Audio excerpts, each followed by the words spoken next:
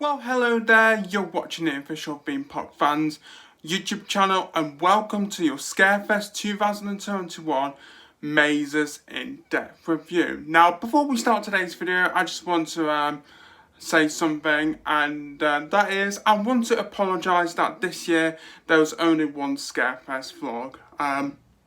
If you have seen the Scarefest vlog that I did like almost 2 weeks ago now, in the vlog, I mentioned that I would be coming back to Scarefest with Lou and James, but sadly that didn't happen because let's be real, Scarefest, it's sold out.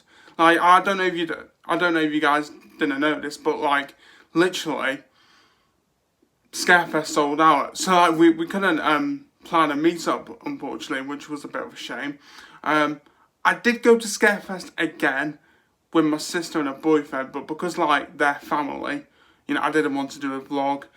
So I do apologise that there was only one Scarefest vlog this year because, as you guys know, I usually do like 2 or 3 Scarefest vlogs, and I know the opening weekend Scarefest vlog didn't really show us experiencing the rides in the dark because like we were only there from like 10 AM until 5 PM. And it was a really short vlog as well, so I do apologise for that, but I will make it up to you guys when I go to the Alton Towers fireworks event on the last day of the season, which is Sunday the 7th. I can't believe I got that right, and of course Ethan's going to be in the vlog. You know, it's a tradition that we always meet up on the last day of the season for the fireworks event, excluding last year. Because obviously the fireworks event didn't go ahead last year, unfortunately, with all the restrictions that were in place. But yeah, I'm really happy that the fireworks event is coming back. So I'll definitely make it up to you guys by doing, hopefully, a full day vlog with my good friend Ethan. And Ethan, if you are watching this, I'm really looking forward to meeting up with you again. But anyway, guys, let's get into the nitty gritty of today's video. So here we go now, guys. It's time for your Scarefest 2021 Scare Mazes in-depth review video. Now, if you guys have been around for a while now on the Theme Park Fans YouTube channel, then you will know that every year I always do a video like this where I give my thoughts on the Scare Mazes for that year's Scarefest. If you're new around here, then this is a tradition that we do every year alongside with the Scarefest preview video, where I give my thoughts on the Scare Mazes. So I'll be giving my thoughts on the Scare Mazes from Scarefest 2021, along with the new attraction, Trick or Treat Town, which that's the one we're going to be starting off with, Trick or Treat Town, which is new for Scarefest 2021. Now, I only did Trick or Treat Town once, and that was on the Scarefest staff preview night. And my thoughts on it, I thought it was good. I thought the theming, the sets in there looked really good. I liked how they used the space by the Alton Towers dungeon. I also liked the fact that Alton Towers have tried to be different. Obviously, a few years ago you had the House of Monsters, which it's pretty much like the Alton Towers dungeon, but like more suitable for kids. Like it's more like House of Monsters was more like what Shrek's Adventure is. If you've been down to Shrek's Adventure in London, so it was kind of like that. And then obviously a few years later you had Darkest Depths, but obviously Darkest Depths has changed its age rating, you know, to experience the attraction, like the recommended age to experience Darkest Depths. So Alton Towers have tried a different approach here by putting in a Trick or Treat attraction. Now, before I experienced Trick or Treat Town, I was thinking this was going to be very much like the Trick or Treat stage that Towers did for Scarefest many years ago, where you know, you had children going up onto the stage. There were 3 doors there, and they would knock on and even get a trick or treat. So I thought it'd be like that, but it's completely different. The only thing that I didn't like about Trick or Treat Town, I'm going to be as honest as I can in this video, guys. The only thing I didn't like about Trick or Treat Town was the fact that we didn't get a lot of sweets, and also the other thing that I don't like about Trick or Treat Town is the pricing. Now, if you haven't been to Scarefest 2021, then the pricing for a they call it a ticket, but it's a bag which you take in to go and go trick or treating. And by the way, it's really funny that I'm talking about trick or treating, because I'm filming this on the 31st of October, which is Halloween. So coincidence? I think not. But anyway, as I was saying, the other thing that I don't like about Trick or Treat Town is the pricing to experience it. Now, to experience Trick or Treat Town, you had to pay £10 per bag. Now, an adult can share one bag with a child under the age of 11. Was it under the age of 11? I really should know this, guys, because I work at Towers. And for £10, the sweets I got on the staff preview night, I didn't think it was reasonable. Like, in my opinion, I don't think £10 is a good pricing for Trick or Treat Time. Because say for example, 4 adults wanting to experience Trick or Treat Town, you're looking at 40 quid, which is quite a lot of money. I think a more reasonable price for Trick or Treat Town, I'd say somewhere between £6 and maybe £7.50. I think that'd be a more reasonable charge. Of course, like, I'm not hating on Trick or Treat Town, because I thought it was a brilliant idea. I mean, it wasn't for me personally. Like, the target audience for Trick or Treat Town is more for like families with young kids. Kids who go out trick or treating, like, who are probably between the ages of like probably 6 to 10. That's the target audience for Trick or Treat Town, in my opinion. So it's one of the reasons why I didn't do it again when I went for my 2 visits as a guest. But as I say, it was an enjoyable experience. The theming, the sets in there, the actors, they were really good. But for the amount of sweets I got, I don't really agree with the £10 pricing. As I said, somewhere between £6 and £7.50 would probably be more reasonable. But yeah, Trick or Treat Town, which I'm not going to include in my Scare Maze rankings, I'm going to probably give it... what do I give Trick or Treat Town?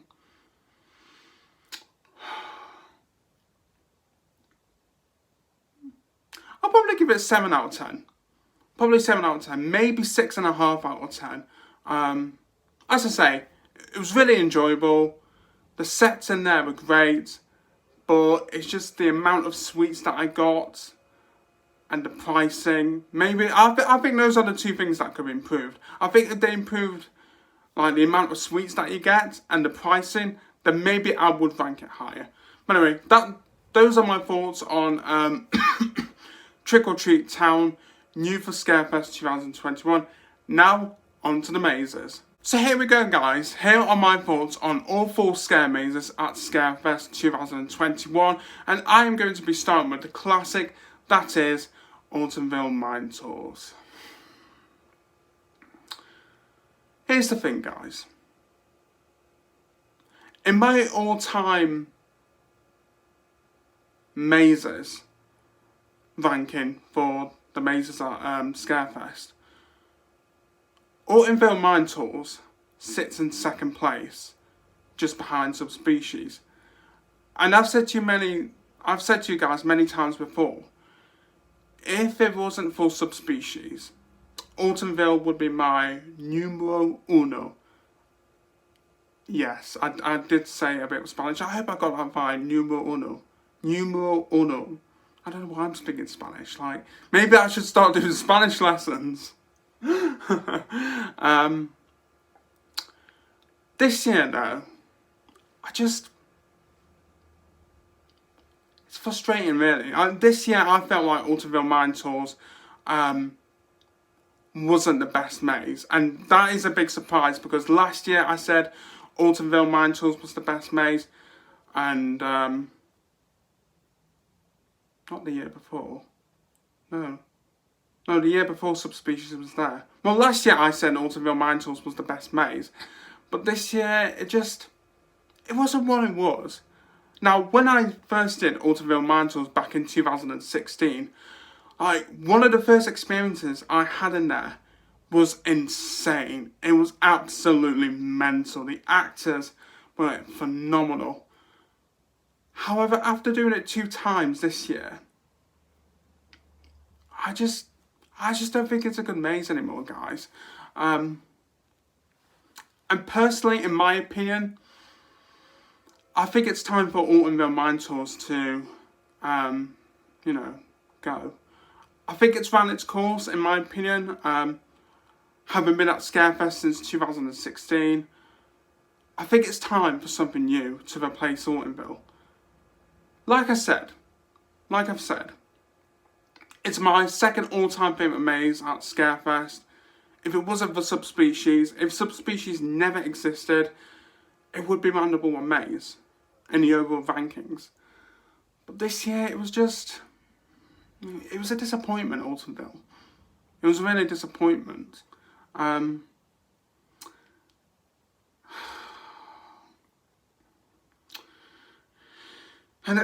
it's a shame, really, because I do like Altonville. But I think this year I'm going to give Altonville, I don't know, man. To be honest, I don't think I'll rank, I don't think I'll give a numbered ranking for the mazes. I'll tell you my listing at the end. What was that? But this is in no particular order, by the way, guys. So, yeah, Altonville this year, it was just disappointing, in my opinion. I know the actors. I know the actors in all the mazes, do try their hardest, but I don't know, Altonville, it just felt a bit flat this year. But there we go. Anyway, guys, I'm going to move on to the next maze now, and that is Darkest Depths. Now, Darkest Depths, it's a really funny one, right? Because the first time it appeared at Scarefest in 2019, when it was down in the Mutiny Bay courtyard, it was amazing. It was absolutely amazing. The majority of our run-throughs were on our own and no one else. There was even a time where it was just me going through. Just me. Just this face here. Just me. And it was amazing. It was absolutely amazing in its first year. Last year, I didn't think it was that good. Because they moved it towards Dark Forest, on that path towards Roller Disco. If you're on that path going up towards Hex, and instead of going through the archway, turn left down towards Roller Disco. So last year it wasn't as enjoyable. However, this year I really enjoyed it. I really enjoyed Darkest Depths this year. I mean, sure, I would still love to see Darkest Depths back down in its original location in the Mutiny Bay courtyard, but because they changed the age recommendation of this maze to 15 years or older, it definitely felt a lot better. And I had a really good run through when I did it the second time after the staff preview, when I went with my dad. The second time I did it, it was incredible. It was absolutely incredible. The first section of Darkest Depths in that run through, where you come face to face with the pirate captain, he was literally grabbing me, touching me, and that was just incredible. And it was a really intense run through. And then moments later, it's the bit in Darkest Depths where you kind of go through the shipwreck bit, where the ship is kind of sinking. Another actor, who, let's say I know very well, Dimitri, he was in that bit, and oh my god, he was so intense with me. He kept pushing me. He literally kept pushing me to keep going through the maze. And because of that, I got a little scratch on my hand, like nothing too major, you know. I mean, when you go into a scare maze, you do kind of expect those things. But honestly, that was just amazing, and it was absolutely brilliant to see Dimitri back in the scare mazes. But that bit was really rough and intense. And also when I did Darkest Steps the first time on the staff preview night, when I was going for the finale with and you see the Kraken, they call it the Kraken. He literally, well, it's like an octopus, isn't it? Like octopus, Kraken, well, whatever it is. Basically, as I was going for that finale bit, like, his tentacles hit my feet, which I found really funny. And then the third time I did Darkest Steps, it was really good. And that first section with the pirate captain, like, he did kind of like a show for us. Like, he told us to wait in that section, and that kind of reminded me of going through a dungeon attraction, which was really different, unique and different. So this year I really enjoyed Darkest Steps. You know, I remember waiting to go in on the staff preview night, and I was thinking, still not going to be as good as what it was in 2019. But it blew me away. Honestly, Darkest Steps blew me away this year, and I hope it stays the same as it is next year. You know, with the same age recommendation of 15 years or older. If they can keep that, brilliant. Anyway, guys, we're moving on to the next maze now, and that is Freak Show Toxic Junkyard.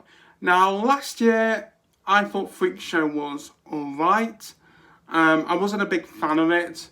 I just felt like it wasn't that good in the daytime. It was a lot better at night time, but in the daytime it wasn't as good. However, this year they have made some changes to it. So before, what used to be like the outdoor section, they have covered it up with like scaffolding, so it's a bit darker. Even in the daytime, it's kind of a bit dark down there. And my run-throughs, which I did in Freak Show, preview night, my first visit as a guest, and my second visit as a guest, I'd say they weren't enjoyable run-throughs. I wouldn't say they were as good as Darkest Depths, but they were pretty much enjoyable. Especially my third run-through, because as I was going through the maze, like, there were no actors around, and like, suddenly out of nowhere, there was this actor, like, running behind me, like, past me, and I was like, God, like, it really, really shook me up. Like, I was not expecting this actor to come running past me and like just suddenly shouting. I was just like, whoa, like literally, it was it really, really got me. And there was another, I think it was the time I did it with my dad. Like, one of the chainsaw actors like got me in the corner, and I was like, oh my God, I can't escape. But no, this year I felt like Freak Show has improved. I still don't think it's one of the best mazes I've ever done in Scarefest history. Mainly because I think the one thing I've found with Freak Show is that generally you can see the actors coming from like a mile. Like, you can see them from a mile off, so you know they're there ready to scare you. And I think that's the only downside to Freak Show. I feel like if the actors could hide around more, that would be amazing, and I think it would make Freak Show a lot better. And the chainsaw finale, like like last year, it was brilliant. Overall, I think Freak Show has improved. I do feel like if the actors could hide more in Freak Show, then we could be looking at a really good scare maze. So my overall thoughts on Freak Show: it's definitely improved, especially with the scaffolding in the what was the outdoor section, and to make it a little bit darker in there.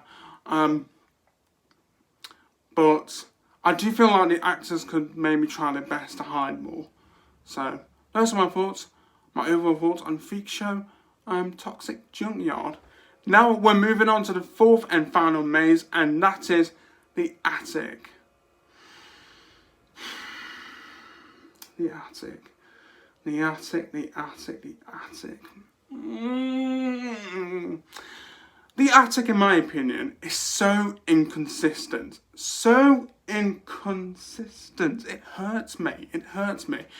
The first time I did it in 2019, I was like, yeah, okay, it's nothing special. Last year I did it and I thought, you know what? That's definitely improved from last year. This year, this is where the problem lies with the attic, because it felt like the attic from 2019. Like the scares this year, they weren't as good as last year. It's the attic. It's so inconsistent. Like, please, I want to love this maze, but at the same time, I don't want to love it. So it's kind of like the attic for me is one of the mazes that I hate to love, but it's also a maze that I love to not love, if that makes sense. Like, I know there is another saying, love to hate, but I don't hate it. I don't love it, and I don't like it, if that makes sense. And the other thing with the attic this year, when you're going through the finale, there's usually this monster. You know, when you're going through like the fire pits and like you're feeling the sensation that you're getting burnt to death. I only saw the monster on the staff preview night, and for all my other fun things, I only did like two more. He wasn't there, and it was just disappointing. The attic, it's lacking something that it had from last year. It's definitely lacking something, and I can't point my finger on it. I don't know what it is, but in my opinion, it's lacking something from last year. I mean, don't get me wrong. I love the theming in there. I love the sets in there. They're absolutely brilliant. But the main problem with the attic is that it's just so inconsistent. Like, I mean, if you don't cry, you'll laugh, honestly.